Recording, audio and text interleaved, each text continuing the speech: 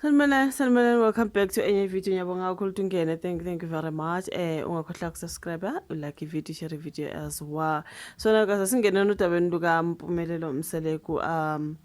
Ngithema ngihamba kayitholezi, I found a story elaba khuluma khona ukuthi kuthiwa ke kuye kwangena amaphoyisa emzini kaMpumelelo Mseleku. Samazi Mpumelelo oyindodana kaBaba uMusa Mseleku, right?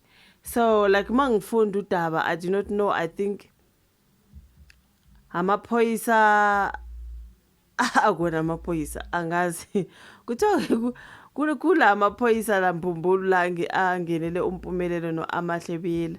Bekhona amaphoyisa amabili aqiniso, bekhona ke onogada. So onogada laba behamba ke nabo bezenza amaphoyisa. Like I don't get that particular story ukuthi what was happening. Bebezama ukubamba inkunzi mhlambe noma, I mean, how dare do you go and nifike lapha nithi nani ne-search warrant, nivezi i-search warrant, kanti kushuthi mhlambe ke oMpumelelo abakwazanga ukuhlukanisa the real search warrant and the fake one. Because mangithi ngiyafunda mangibheka isitory ngathi kuthiwa bathe masebebhekisisa sebulandelela udaba bathola ukuthi bekungawona amaphoyisa ngempela. Bekhona amaphoyisa amabili, bekhona onogada abagada kwenye company thizeni.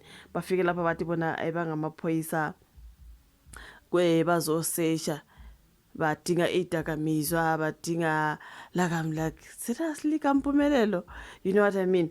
Awuthi siyodabeni ngoba yazini, I'm like Mpumelelo Mseleku kwabantu, which means Mpumelelo obeno amahle ngenkathi bengenela lezi igebengu. Mina ngizobabiza ngegebengu.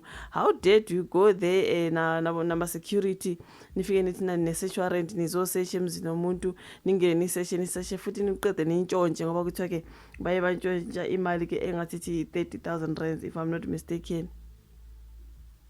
But bona they are from what crime intelligence, kuthiwa bafike bathi they are from uphiko basuka ke kuphiko lwe-crime intelligence. That's what they said when they get there. Asifunda udaba ukuthi amaphoyisa ke agasele emzini wendodana kaMseleku ngamacala abucayi, right? Bathi mabeqhubeka ndi lufunda la lubhaleka isolezwe libhalwa ke ngubani ke let me see. Angisabona ukuthi libhalwe ubani udaba hayi okay. Nguzimbili Vilakazi. Okay. Now kuthiwa ke indida ke amaphoyisa egasela emzini wendodana kaMusa Mseleku odumo lothando lesithembu nezingane ezesithembu, right? So kuthiwa ke ngokuthola kwephepha umthombo weisolezwe. Lesehlakalo lesenzeke emzini kaMpumelelo Mseleku osezindaweni zomntakabane eBhalito ngomsombuluko. I didn't know uMpumelelo Mseleku unomuzi eBhalito nakhona. I was like, wow, okay.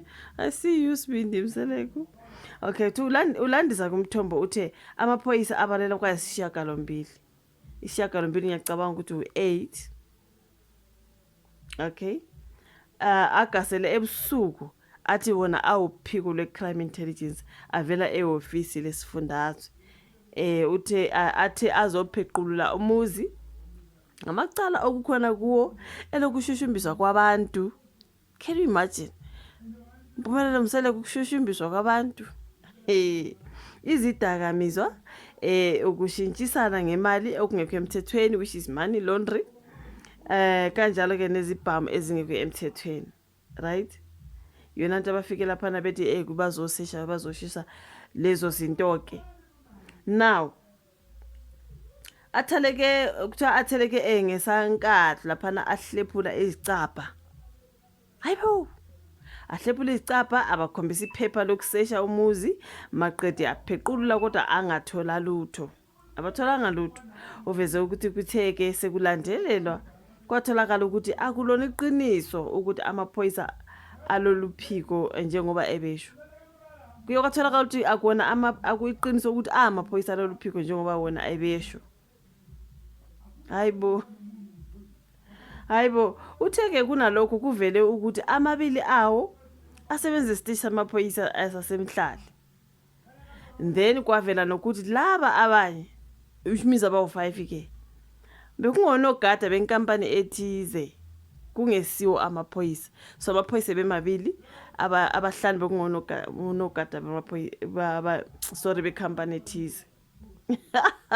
Hayi bamjwayele kabi uMpumelelo Mseleku bafethu. Imagine idakamizwa money laundering and all that bezosesha umuzi kaMpumela bevele beyomtshontshela you guys akavula icala never libevele beyontshontsha lapha kuthi awudalela ukuthi kubuye kwavela nokuthi incwadi yokusesha umuzi ebiphethwe ke ibumbombayi ingenayo inombolo yecala. Can you imagine? Uqhuba ke lo mthombo utheke okubuhlungu ukuthi antshontshe imali engu-30,000 aphinda athatha nenhlamvu yesibhamu engakasebenzi. So na kuthiwa ke omunye umthombo ke onezezele kulolu daba utheke okwenzekile kumhlukumezile uMpumelelo nengoduso yakhe uAmahlebiyela.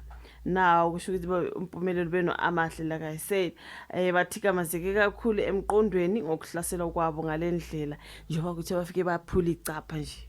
Can you imagine?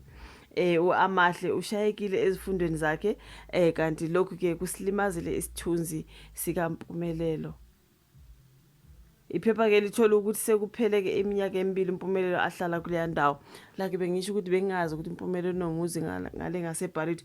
But tell me about ethinta ke uMpumelelo esiqinisekile lesi sigameko kodwa ke wasexhumanisa intatheli nommeli wakhe njengoba eveza ukuthi kukhona icala elivuliwe ngalesi sigameko kanti uhlela ke nokulusukumela ngezinkantolo. He must because eqinisweni uye wangenelwa phela. Uye wangenela and lawo maphoyisa amabili how dare they do that you guys ngoba kuthiwe amaphoyisa ebemabili. Laba abahlanu bekungonogada becompany ethize. Why did they do that? You know what I mean? So kumele baboshwe. What was that? What was that? Is theft na khona bamtshontshela imali ke ngawu-30,000 amaphoyisa nabo nogada bathunywe ubani? That's my question. Bathunywe ngubani ukuyohlasela uMpumelelo Mseleko you guys ayingeke. Ummeli umnumzane Thabani Mpungose naye ongafunanga ke ukwanda kakhulu ngamazi uqinisekisile ukuthi ke Mpungose attorneys balusebenza ke lolu daba yize beqinisekisile ukuthi ke likhona icala elivuliwe esiteshi samaphoyisa seDurban Central kodwa ke kuze kwashaya isikhathi sokushicilela ke amaphoyisa engakuqinisekisanga lokho. Uyiwangenelo guys uMpumelelo like honestly speaking wona la maphoyisa amabili onogada laba bathathaphi bafike nabe pretend ngathi ba amaphoyisa from the crime intelligence unit bafike baqamba amanga baqede bathatha imali yomntana. Hayi ngeke akabavulela icala baboshwe nje ngempela like what was this one about like I understand ukuthi bimayela nani lento bahambe bayenza emzini kaMpumelelo Mseleko you guys beyethusa ingane. Hayibo phela ngithema ngibona i-topic yalolu daba ukuthi amaphoyisa agasele emzini wentwana kaMseleko ngamacala abucayi. Ngicabanga lesisikhathi kuthiwa ke uMpumelelo washaya umuntu kwathintini ngathi mhlawumbe icala lakhe liyavuka kodwa ke mangifunda istory ngisifunda mina like hayi ungenelwe phela uMpumelelo mhlawumbe beyontshontsha nje bafethu bevele befuna ukuyontshontsha nje bayothusa ingane ayingeke akabavulele nje icala mababoshwe. The said party kuthiwa there is 2 police from a particular police station, the rest bekungonogada. For what reason are you going there to pretend to be a police and you're just security guard? Umsangano yonke lento you guys angazi but anyways mangizwa ke udaba lukaMpumelelo ukuthi uqhubeka luyapi. Obviously I'm gonna come with an update regarding this matter. Phuwa Mpumelelo no Amahlebiyela hayi bangenelo you guys abantwana share. Angazi ishivo la comment section like video subscribe share asibona nokezayo bye.